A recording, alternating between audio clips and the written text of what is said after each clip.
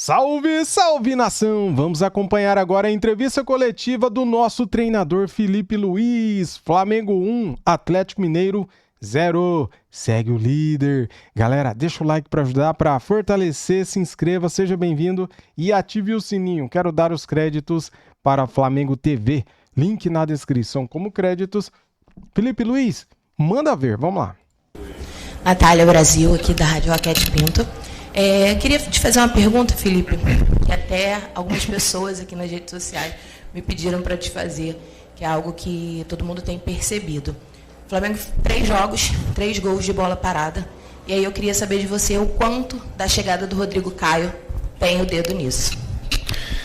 Bom, bola parada é uma das fases do jogo, damos a importância que ela merece, né, porque jogos bloqueados muitas vezes são desbloqueados na bola parada e acreditamos que a chegada do Rodrigo Caio junto com toda a comissão tenha com certeza influenciado muito nessa potência, né? E agora os próprios jogadores acreditam e estão se sentindo poderosos outra vez na bola parada, e isso é importante, que eles gostem, que eles sintam o gosto por isso e que vejam sempre que resolve jogos.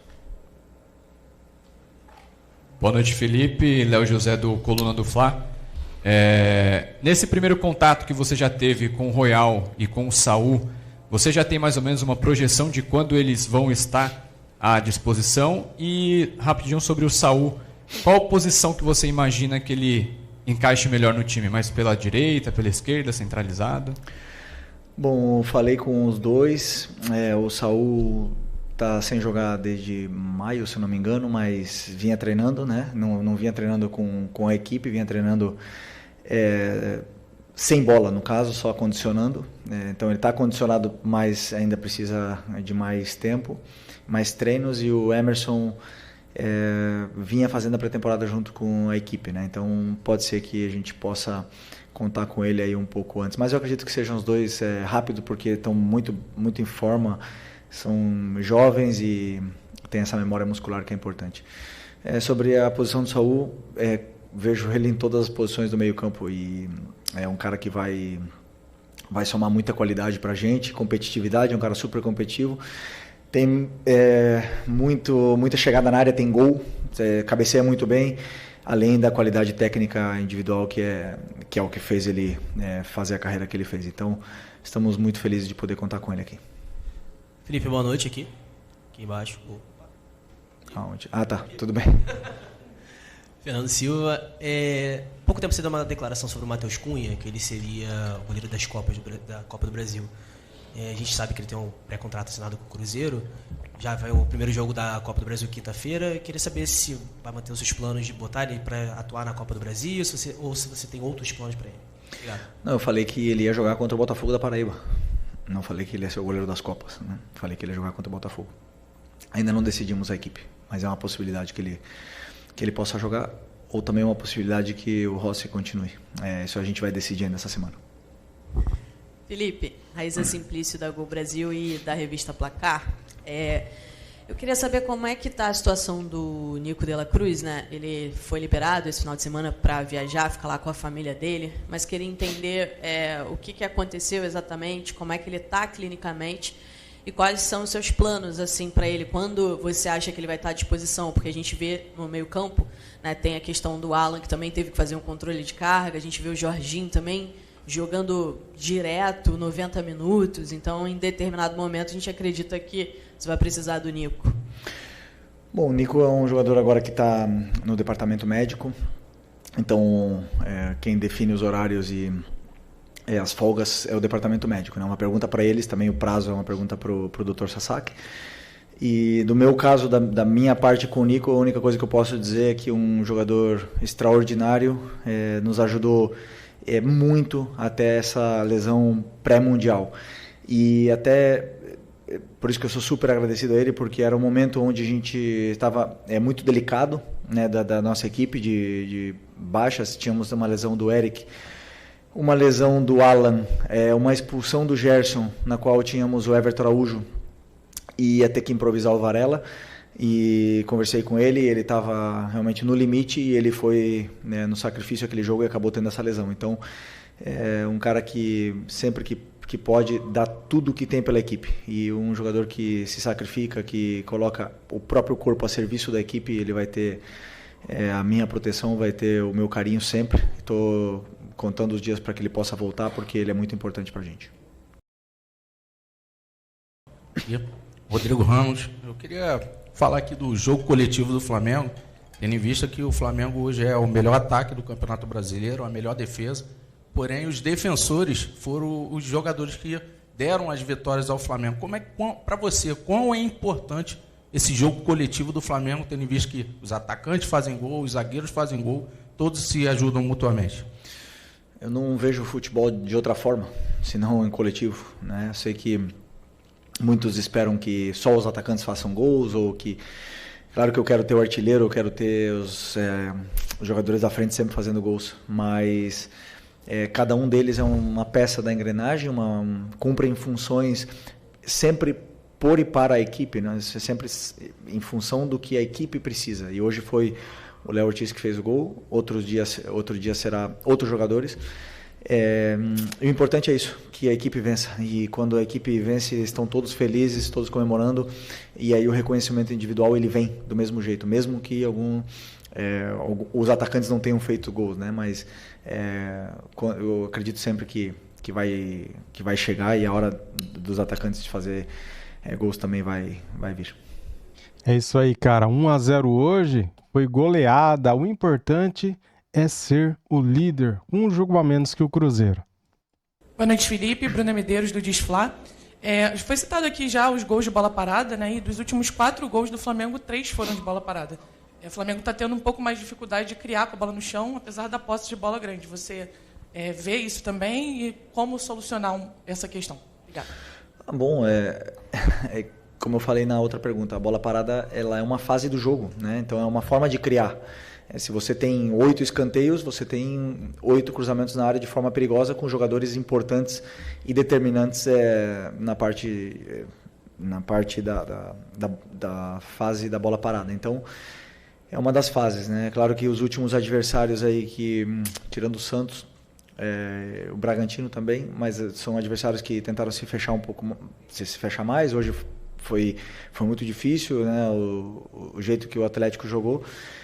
E isso, claro, os jogadores sabem que são 90 minutos, que temos que ter paciência, temos que defender bem, e no final das contas o gol pode chegar de várias formas, e chegou, e o importante é a vitória. Claro que temos muito a evoluir, melhorar na criação, mas como eu falei, a bola parada tem uma importância muito grande. Não podemos achar que só porque foi de bola parada o time não cria, senão criou muito para gerar todos esses escanteios. Felipe, boa noite. Gabriel Reis, canal Pará Rubro Negro. Cara, eu não tenho como não falar disso. O Bruno Henrique estava muito chateado no campo, falando que o Ramon Abate-Abel chamou ele e o Hulk e falou: ou é pênalti e amarelo, ou é falta, vermelho. Ele vai no VAR, volta, dá um amarelo. Vimos todos vocês muito chateados. Sei que você não gosta de falar de arbitragem, mas é uma situação que mexia diretamente com liderança de campeonato, um momento que você está com vários jogadores lesionados e que sabem, né, tem a necessidade de tentar abrir, e o Flamengo conseguiu abrir, né? Mas eu queria a sua opinião sobre o que aconteceu, e principalmente pelo caso do Bruno Henrique, que, vivendo a situação que está vivendo, acabou se expondo, né, e criticando, né, a arbitragem, criticando o posicionamento do Ramon Abate-Abel. Melhor não falar. Eu gosto muito do Ramon, é catarinense. Nossa, você gosta dele, Felipe Luiz? Eu não gosto. Ele é péssimo. E prefiro continuar na minha linha de não falar da arbitragem, porque melhor assim. Vamos deixar assim. Desculpa. Felipe, aqui, à sua direita, aqui no cantinho. Tá bem, Gustavo. Ô Felipe, existe hoje um clamor do torcedor do Flamengo, hashtag no Twitter, pela volta do Paquetá. Com os reforços que o Flamengo já conseguiu fazer até aqui, o Paquetá teria espaço no teu time ainda? primeiro que ele não é um jogador nosso, né? Então é de um clube da Premier League, um dos melhores aí, clubes da Europa. Temos que respeitá-lo, né? Mas o Paquetá tem uma história muito grande aqui, tem um carinho do torcedor e não tem nenhuma dúvida que o Paquetá tem lugar em qualquer time do mundo. Sempre se acha um lugar para jogadores com essa qualidade. Felipe, boa noite. Queria te perguntar sobre duas situações do jogo, se alguma delas te surpreendeu. A primeira, não que o Atlético fizesse encaixe individual, que isso já é habitual, mas a forma como esses encaixes foram divididos, assim, que o Fausto Vera fosse quem encaixasse no Plata, que o Coelho saísse da esquerda e fosse dentro junto com o Hulk e Rony para fazer tipo um 3 contra 4 na saída do Flamengo de zagueiros e volantes, se isso foi um fator que de alguma maneira dificultou um pouco o jogo a progredir. E o segundo, que esses encaixes individuais se mantivessem mesmo quando o Atlético defendia muito baixo, muito perto da área dele. Quanto foi difícil entrar numa defesa com esse tipo de perseguição o tempo todo? Para o treinador sempre é diferente, né?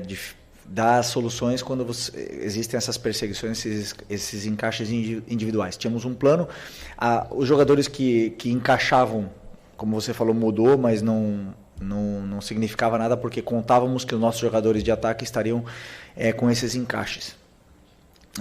Portanto, o que sim aconteceu, que nosso time foi mais vertical do que gostaríamos, não estava tão fino com a bola, e principalmente no começo do jogo, em algumas passagens dos nossos laterais e alguns passes verticais que não era o indicado naquele momento, principalmente com essa defesa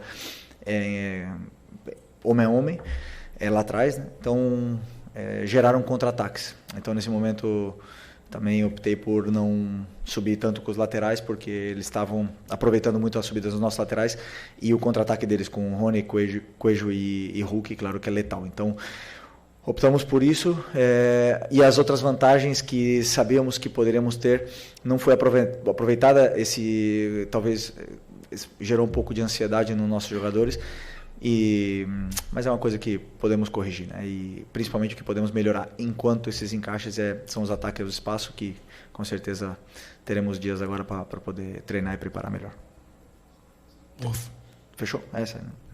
Felipe, boa noite. Bruno Castanha, B2 Esporte. Eu ia perguntar exatamente isso, sobre a questão dos encaixes, de perseguições longas que o Atlético fazia, né, durante o campo. Mas é que você acabou de falar sobre os laterais. Você deixou, né, a largura para os laterais, da ultrapassagem, até estava pedindo para aquela bola, né, diagonal para entrar, mas agora você falou que segurou, né, os laterais. Você botou os 2 meias por dentro também. Nesse jogo congestionado, realmente não faltou, de repente, um pouco de largura, né, com os 2 meias por dentro também, que é muito congestionado com essa marcação do Atlético muito baixa, com vários jogadores jogando baixo? Obrigado. Não, eu acredito que, por exemplo, com esse tipo de encaixe, se você levar até os laterais, acaba formando uma linha de 6, 7, então de repente não é tão positivo, né?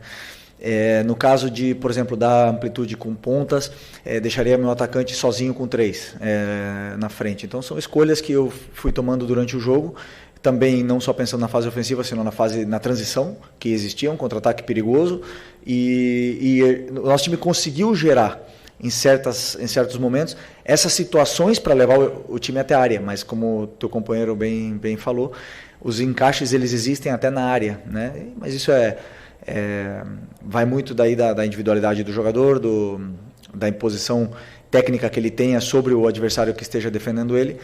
E como eu falei, talvez não tenha sido o nosso melhor dia tecnicamente, mas foi o meu plano enquanto a esse tipo de marcação. Outras equipes também fazem, optamos por planos diferentes, mas também tem que ver os jogadores que estão disponíveis sempre para poder montar com as características que a equipe precisa. Felipe, boa noite. Boa noite. Pensando agora no próximo jogo, os 4 confrontos que envolvem apenas os times da Série A nas oitavas da Copa do Brasil, eles têm uma coisa em comum, que são confrontos de times que disputaram o Mundial de Clubes contra times que descansaram, aproveitaram esse período aqui no Brasil para fazer uma espécie de pré-temporada. Você já tem enfrentado isso nessas últimas rodadas aí do Brasileiro, mas você acha que isso pode ser determinante? Quem pode levar a vantagem nisso? Um time que disputou o Mundial, continuou com o ritmo de jogo, vem com a moral levantada, ou um time que chega mais descansado? Você acha que isso pode fazer diferença?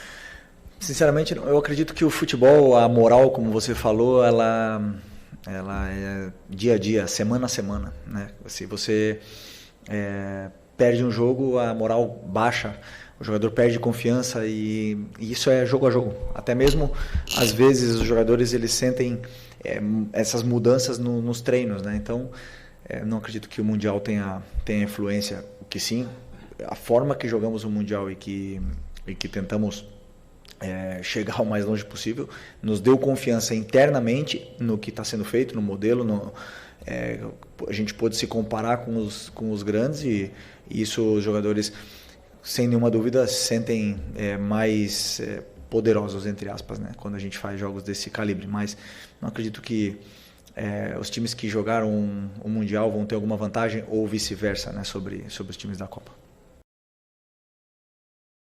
Tudo bem? Parabéns pela vitória, pela liderança, pela retomada da liderança. Eu vou te perguntar sobre posse de bola, porque o Flamengo vem sempre tendo mais de 60% de posse de bola nos seus jogos. Mas hoje, de novo, assim como no último jogo com o Bragantino, o coeficiente de gols esperados do Atlético Mineiro foi maior, foi 1,12 contra 0,82. Ou seja, o Atlético Mineiro teve chances, né? Mesmo com uma posse de bola muito inferior. Aí eu te pergunto, às vezes não seria mais interessante diversificar esse modelo de jogo, com menos posse de bola, com um time mais vertical, talvez mais arriscando um pouco mais, para que tenha menos posse de bola, mas seja mais contundente, como o Sampaoli falou, e até sobre o modelo de jogo mesmo, como a gente está falando aqui, se você quiser comentar o que falou... Ele estragou a pergunta dele na hora que ele fala Sampaoli. O Caraz agora, essa entrevista que ele deu. Primeiro, sobre a verticalidade. Hoje meu time foi extremamente vertical e perdemos bolas e geramos esse coeficiente negativo ou positivo para o Atlético Mineiro, contra-ataques. Então, não quer dizer que você, com bola verticalizando, vai ter... Depende muito da qualidade técnica, da qualidade individual defensiva do adversário, da qualidade coletiva do adversário em defender também, e nos vai gerar dificuldades. Cada time tem uma forma de defender e nem sempre é fácil entrar. É um time super qualificado e ainda por cima está fazendo contratações ainda que vão potencializar ainda mais essa equipe. É uma equipe muito forte e não é fácil entrar. Não é fácil entrar. Agora, vamos pensar, vamos jogar sem a bola, dar a bola para o adversário e ficar em bloco baixo? Aí eu queria ver se as perguntas estariam sendo dessa maneira aqui. Eu não posso reclamar. Meu time é líder, melhor ataque, melhor defesa. Não tenho que pensar em mudar o modelo. Tenho que pensar em continuar vencendo, simplesmente. Concordo, cara. Segue o líder, melhor ataque, melhor defesa. Pronto, ponto final. Mas nós variamos. Hoje jogamos com 2 atacantes, como o teu companheiro falou, com as pontas por dentro. Laterais passaram, depois pararam de passar. Depois entrou o Wallace e aí as variações elas existem. Muitas vezes jogamos com 3, jogamos com 2. Tá aí. Tá aí. As variações estão aí. Esperar em bloco baixo? Nunca. Boa noite, Felipe. Aqui, Isabelle Costa, canal Gold. Queria te perguntar sobre o planejamento para os próximos jogos, porque o Flamengo já enfrenta novamente o Atlético Mineiro pela Copa do Brasil, primeiro jogo, depois tem Ceará em Fortaleza, e depois tem o jogo também de decisão da Copa do Brasil. Você pensa em poupar para algum desses jogos? Qual é o teu planejamento? E aproveitar que acho que você não respondeu a situação do Alcaraz, porque ele deu a declaração falando que tinham falado muita mentira e que você, o Boto e ele sabiam porque ele saiu. E eu queria te dar a oportunidade para falar sobre isso. Obrigada. Planejamento para quinta-feira, a partir de amanhã, né, será feito.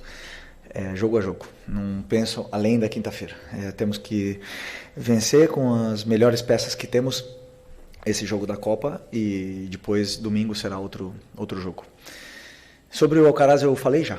Eu falei depois do título da Supercopa do Brasil. Falei toda a situação. Absolutamente tudo. É um menino que eu tenho um homem, né, que eu tenho um carinho gigantesco. Foi campeão do meu lado e já falei tudo. É só vocês reverem a entrevista e ali tá tudo que eu penso sobre essa situação e ele sabe que tudo, o carinho que eu tenho por ele, aliás, nos falamos e É um menino muito especial na qual eu desejo o melhor e absolutamente agradecido por tudo.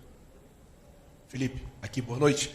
Felipe, na última quarta-feira você falou sobre a união do elenco, que é um elenco muito unido. E a gente vê, fazendo uma análise desses últimos 2 jogos do Pedro, a gente vê o Pedro com um comportamento diferente. O Pedro voltando para marcar, o Pedro roubando bola, o Pedro sendo muito mais participativo. Apesar de não ter feito gols em nenhum dos 2 jogos, a gente vê um outro Pedro.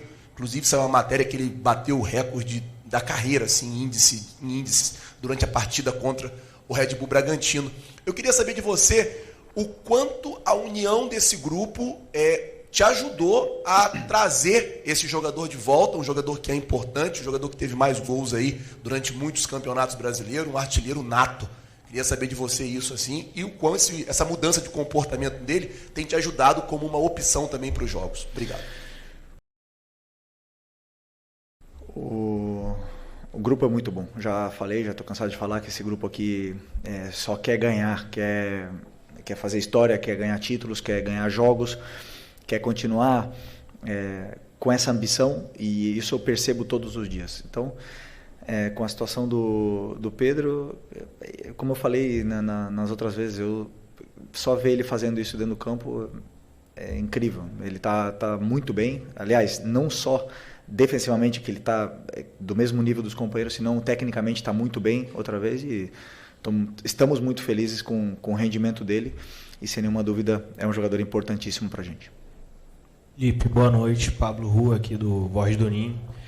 Queria falar um pouco sobre o Jorginho, né? Desde que ele chegou, praticamente jogou todos os jogos do Mundial até aqui.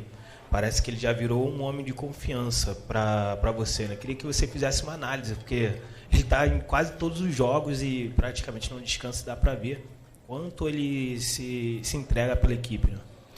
Um jogador totalmente diferenciado, um jogador único na sua posição, que, como eu já falei outras vezes, foi o 3º melhor jogador do mundo e hoje está aqui no Flamengo. Né? Ele está tendo essa sequência de jogos também porque temos algumas lesões, a do Eric, a do Nico e da facite do Alan, né, na qual faz ele ter essa sequência importante. Né? Claro que eu, como treinador, tenho que ter um cuidado especial, mas é um jogador que se cuida, tem um histórico de lesões muito baixo e está potencializando muito a nossa equipe. Então estou muito feliz com o rendimento dele, principalmente com os detalhes na qual o tornam um treinador dentro de campo, levando a minha ideia para os companheiros e corrigindo muito dentro do campo, na qual eu valorizo muito. Boa noite, Felipe, aqui, Sidão Marinho da Litoral News. A partir de quinta, o Flamengo volta à Copa do Brasil, depois Brasileiro, Copa Libertadores. E a gente tem visto os reforços chegarem para incrementar ainda mais esse elenco, que é o melhor elenco da América. Em cima disso, também no ótimo momento que o Flamengo vem vivendo, queria te perguntar a respeito das 3 competições. Porque a prioridade está estabelecida, é o Brasileirão. Você falou que a Libertadores também é tão prioridade quanto o Brasileirão. Mas tem a Copa do Brasil e nunca na história do futebol brasileiro alguém conquistou as 3 competições. Você acredita que isso é possível para a sua equipe, pela força do elenco? E mais do que se é possível, é um desejo que você tem, um objetivo que você tem, levando em conta essa ambição que você sempre traz para os seus jogadores, que a gente vê que eles são recheados disso e isso move muito eles dentro do gramado. Obrigado. Bom, que primeiro ganhar quinta-feira. Não penso em agora a longo prazo. Claro que o objetivo do clube, como você bem falou, né? A gente sabe da Libertadores e do Brasileiro a importância que tem essas competições, mas a Copa está aí, estamos vivos, estamos com possibilidades e temos que ganhar do Atlético. E conforme forem passando os jogos, a gente vai ver onde a gente vai chegar em todas elas, né? Porque não dá para falar, vamos ganhar todas elas e no final não chegar em nenhuma. Então, como eu sempre falo, jogo a jogo, ganhar quinta, vamos ir para ganhar quinta-feira e tentar fazer um grande jogo para poder fazer um resultado bom para a volta. Ok? Boa noite, pessoal. Muito bem, galera. Essa foi a entrevista coletiva do nosso treinador Felipe Luiz. Ele que não gosta de falar de arbitragem. A pergunta do paparazzo foi excelente, cara. Se eu tivesse lá, eu também perguntaria. Mas ele já falou que não fala de arbitragem, né? Que pena, né, Felipe? Pô, esse Ramon Abate-Abel é péssimo. Ele é fraco, ruim. Engraçado que na Copa do Mundo ele apitou bem, né? Mas, quando ele apita os jogos do Flamengo, o cara erra sempre. Por que será? Eis a questão, né? Pois é, o mais importante é que somos líder. Flamengo é líder com um jogo a menos que o Cruzeiro e 2 pontos à frente. Flamengo tem 36 pontos agora, galera. E o Cruzeiro tem 34 pontos. Tem um joguinho a mais ali. Então, se o Flamengo vencer o jogo que tem a menos, que é contra o Sport Recife, abre 5 pontos para o segundo colocado. Só que o Palmeiras vem logo atrás, com 32 pontos e tem 2 jogos a menos.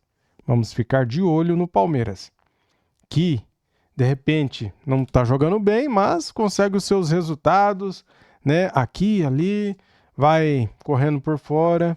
E vamos ficar de olhos abertos com o Palmeiras, né? Que pode ultrapassar o Cruzeiro se ele vencer esses jogos a menos aí que ele tem. Beleza? Muito obrigado, nação. Muito obrigado a todos. Deixa o like para ajudar a gente, se inscreva aqui no canal e ative o sininho. Comente o que você achou do jogo. Gostou ou não gostou? É assim mesmo, o campeonato se ganha, né? Tipo assim, tanto faz se ganhou de 1-0, de 2-0, o importante é ganhar. Eu penso assim, tá? O mais importante hoje foi o gol. 1-0 hoje foi goleada. Dito isso, muito obrigado, saudações rubro-negras. Fui.